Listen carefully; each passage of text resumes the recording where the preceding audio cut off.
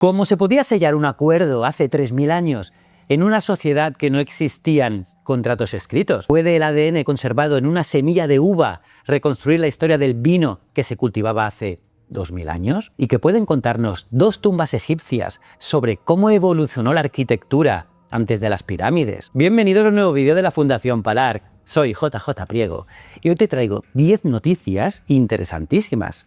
10 noticias que nos llevan desde Siberia hasta Veracruz, pasando por la Toscana, Stonehenge o el mundo romano. Hablaremos de epidemias prehistóricas, asentamientos vikingos, tablillas de maldición, calendarios mayas y nuevos hallazgos que nos ayudan a comprender cómo vivían las sociedades del pasado. Y recuerda, si quieres consultar las fuentes y profundizar en cada estudio, tienes los enlaces y todos los detalles en nuestra web fundacionpalar.com y en la descripción de este vídeo, así que abróchate el cinturón y disfruta de este viaje por la historia.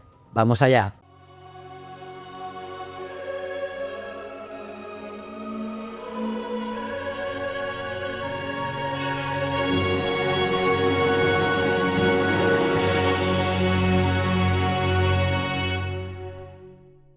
Pues eso, vamos con las noticias. ¿Firmaban los acuerdos con sus pies? Hace unos 3000 años no existían los notarios ni los contratos escritos. Sin embargo, una nueva investigación plantea que algunas huellas de pies grabadas en la roca podrían haber servido para formalizar acuerdos entre personas. En las costas del sur de Escandinavia se conservan miles de huellas de pies talladas durante la Edad del Bronce nórdica, entre aproximadamente el 1700 y el 500. Antes de nuestra era. Tradicionalmente, se habían interpretado como representaciones relacionadas con prácticas rituales. Pero ahora, un estudio centrado en los grabados de la región del lago Mälaren propone una lectura diferente. El arqueólogo Fredrik Fallander de la Universidad de Estocolmo observa que estas huellas aparecen en un contexto distinto al de muchos objetos de bronce vinculados al ámbito funerario o ritual. No se encuentran en tumbas ni forman parte de depósitos metálicos, sino que fueron grabadas sobre afloramientos rocosos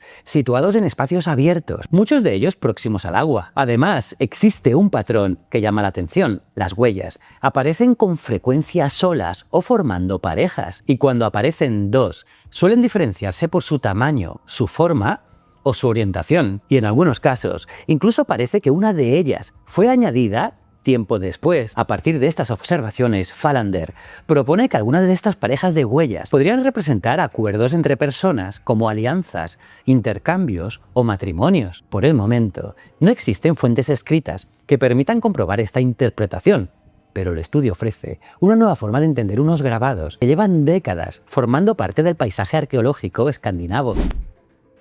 ¿El Chianti siempre se hizo con uvas tintas? Cuando pensamos en el Chianti, casi todos imaginamos un vino tinto. Sin embargo, hace unos 2000 años, los viñedos de esta misma región eran muy diferentes. La historia empieza en Chetamura de Chianti, un asentamiento situado en la Toscana. Allí aparecieron cientos de semillas de uva en el fondo de varios pozos antiguos. Las condiciones de humedad y la falta de oxígeno hicieron algo poco habitual: conservar su ADN durante casi 2 milenios. Pues bien, un equipo de investigación consiguió recuperar el ADN de 80 de esas semillas y compararlo con el de variedades antiguas y actuales de vid. Los resultados muestran que durante siglos la mayor parte perteneció a una misma variedad, reproducida generación tras generación mediante esquejes. Y lo más llamativo es que los marcadores genéticos indican que se trataba de una uva blanca. Pero hoy el Chianti está estrechamente asociado a variedades tintas como la Sangiovese. Sin embargo, estos datos nos muestran que el paisaje agrícola de la región fue muy distinto durante buena parte de la antigüedad. Y el estudio también detecta unos cambios con la llegada del dominio romano, porque poco a poco aparecen nuevas variedades, y algunas muestra parentesco con vides documentadas en el sur de Francia. Todo apunta a que junto con las personas y las mercancías también viajaban las cepas y los conocimientos necesarios para cultivarlas. Más allá de la historia del vino, este trabajo demuestra hasta dónde puede llegar hoy la arqueología cuando se combina con el análisis de ADN. Unas semillas de apenas unos milímetros han permitido reconstruir cómo cambiaron los viñedos de una región a lo largo de varios siglos. El asentamiento vikingo, que quedó congelado en el tiempo. Muy cerca de Waterford, en el sureste de Irlanda, se encuentra uno de los mayores asentamientos vikingos conocidos de Europa Occidental. Y paradójicamente, parte de su valor arqueológico se debe a que nunca llegó a transformarse en una ciudad, como sí que ocurrió con otros enclaves vikingos de Irlanda. El yacimiento de Boothstown salió a la luz en 2003 durante las obras de una carretera y desde entonces las excavaciones han identificado más de 600 estructuras entre viviendas, zanjas, hogares y agujeros de poste, que muestran la complejidad de este asentamiento. Las investigaciones más recientes se centran en un gran edificio que podría corresponder a un salón comunal, un espacio asociado en el mundo vikingo a las reuniones políticas, las actividades económicas y la representación del poder. Y los materiales recuperados también ayudan a entender cómo funcionaba este lugar, porque junto a armas aparecieron pesas para pesar plata, crisoles, metal sin trabajar y restos de producción metalúrgica. Y todo ello indica que Boothstown no fue únicamente un enclave militar, sino también un centro donde se desarrollaban actividades artesanales y comerciales. Y lo que hace especialmente valioso este yacimiento es su historia posterior, porque mientras que asentamientos como Dublín o Waterford continuaron creciendo hasta convertirse en ciudades, Boothstown fue abandonado y al no quedar cubierto por siglos de ocupación urbana, gran parte de sus estructuras se ha conservado en unas condiciones excepcionales, ofreciendo una oportunidad poco habitual para estudiar cómo era un gran asentamiento vikingo en Irlanda. La fecha más antigua de las tierras bajas mayas, una estela hallada en Campeche, conserva la fecha de cuenta larga más antigua conocida hasta ahora en las tierras bajas mayas. Corresponde al año 180 de nuestra era y adelanta en 112 años el registro que, hasta ahora, marcaba el inicio de este sistema en la región. Se trata de la estela 46 del sitio arqueológico del Palmar, que es un monolito de casi 3 metros, estudiado por el proyecto arqueológico El Palmar, dirigido por Kenichiro Tsukamoto de la Universidad de California en Riverside y Javier López Camacho del INA. La estela era conocida desde hace años, pero el desgaste de su superficie dificultaba la lectura de la inscripción, pero las técnicas actuales de fotogrametría y escaneo tridimensional de alta resolución han permitido reconstruir digitalmente buena parte del relieve y así leer con mayor precisión la secuencia calendárica grabada en la piedra. El resultado sitúa la inscripción en el año 180 de nuestra era, convirtiéndola en la referencia más antigua conocida de la cuenta larga en las tierras bajas mayas y adelantando así en más de un siglo el registro conservado en la estela 29 de Tikal. La inscripción aporta además información sobre los primeros gobernantes del Palmar, y aunque el nombre del personaje aparece incompleto debido al desgaste, el conjunto de las inscripciones sugiere que la dinastía local permaneció activa durante más de 12 siglos, lo que convierte a este asentamiento en uno de los linajes mejor documentados de la región.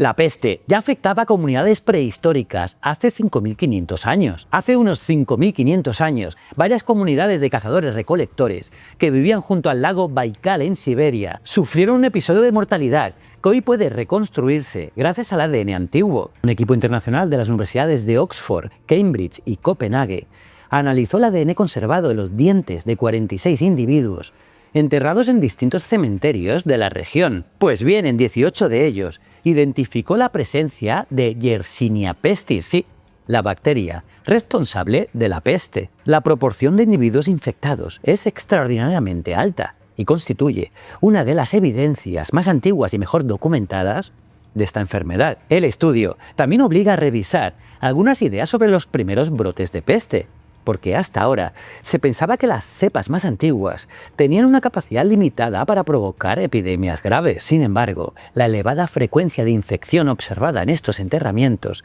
sugiere que ya podía causar episodios de mortalidad importantes. Y otro aspecto llamativo es el contexto. Las personas afectadas no pertenecían a grandes poblaciones agrícolas, sino a comunidades de cazadores-recolectores. Los investigadores plantean que el contacto habitual con marmotas, que es un reservorio natural de la bacteria, pudo favorecer su transmisión. Hace 5.500 años, aquellas comunidades no podían saber qué estaba causando la enfermedad que se propagaba entre ellas. Pero hoy, miles de años después, el rastro de esa bacteria sigue conservado en el interior de un diente. Resulta difícil imaginar una prueba más silenciosa de que el pasado nunca desaparece del todo. A veces permanece oculto a escala microscópica, esperando a que la ciencia encuentre la forma de leerlo. El paisaje sagrado antes de Stonehenge. A unos 5 kilómetros de Stonehenge, un equipo de arqueología ha documentado una estructura que podría representar la evidencia más antigua conocida de una alineación deliberada con el solsticio dentro de este paisaje monumental. El yacimiento se encuentra en Bulford, en el condado de Wiltshire, y la datación por radiocarbono sitúa la estructura hacia el 2950 a.C., unos 500 años antes de la construcción de las primeras fases de Stonehenge. Del monumento no se conservan los postes de madera, pero sí los grandes hoyos donde estuvieron colocados, junto con fragmentos de cerámica, restos de fauna y herramientas de sílex asociado a su uso. Y para estudiar su orientación, el arqueólogo Fabio Silva reconstruyó digitalmente el relieve y la posición del Sol hace unos 5.000 años, teniendo en cuenta los cambios que experimenta el cielo a lo largo del tiempo. Pues bien, el resultado muestra que el eje formado por ambos postes coincide con la salida del Sol durante el solsticio, con un margen de aproximadamente 1 grado. Por el momento, los investigadores interpretan este hallazgo como la evidencia más antigua conocida de una alineación solar en el entorno de Stonehenge. Y si esa interpretación se confirma con futuras publicaciones, reforzaría la idea de que la orientación astronómica del monumento no surgió de forma aislada, sino que formaba parte de una tradición desarrollada en este mismo paisaje varios siglos antes de levantarse sus grandes bloques de piedra. Una escena única tallada en piedra. En un monolito de casi 2 metros de altura, descubierto en Veracruz, aparecen 2 personajes sentados, sosteniendo un recipiente. Sobre ellos, una tercera figura parece verter un fluido en su interior. Hasta ahora, el equipo que estudia la pieza no conoce otra escena similar en esta región. El hallazgo se produjo durante una intervención arqueológica preventiva del INAH en Coatepec, realizada antes de la construcción de un nuevo fraccionamiento. Las excavaciones dirigidas por Alberto Vázquez Domínguez y Lino Espinoza García sacaron a la luz una plataforma de carácter cívico y ceremonial que, de forma preliminar, se sitúa entre los años 200 y 600 de nuestra era.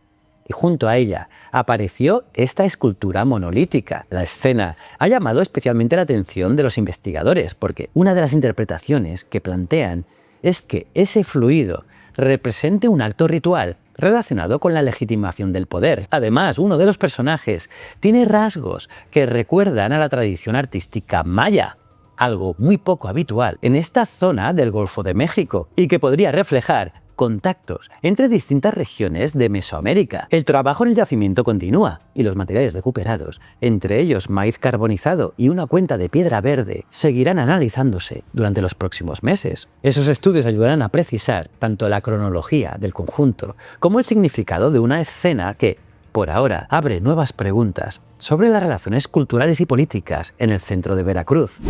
Una tablilla de maldición, escrita en griego, durante unas excavaciones bajo la plaza del ayuntamiento de Heerlen, en los Países Bajos, apareció una fina lámina de plomo de hace unos 1800 años. Pues bien, al estudiar la inscripción, los investigadores comprobaron que se trataba de una tablilla de maldición, escrita en griego, algo muy poco habitual en esta parte del Imperio Romano. La pieza apareció en la antigua Coriobalum, un asentamiento romano situado junto a una importante vía de comunicación. Mide apenas 9 por 5 centímetros y pertenece a lo que los especialistas conocen como una defixio, es decir, una tablilla en la que se escribían fórmulas destinadas a perjudicar o atar simbólicamente a otra persona, y después solían depositarse en pozos, tumbas u otros lugares relacionados con el mundo subterráneo. Lo que hace especialmente interesante este hallazgo es la combinación de elementos que reúne. El texto está escrito en griego e incorpora fórmulas propias de la tradición mágica desarrollada en el Egipto romano,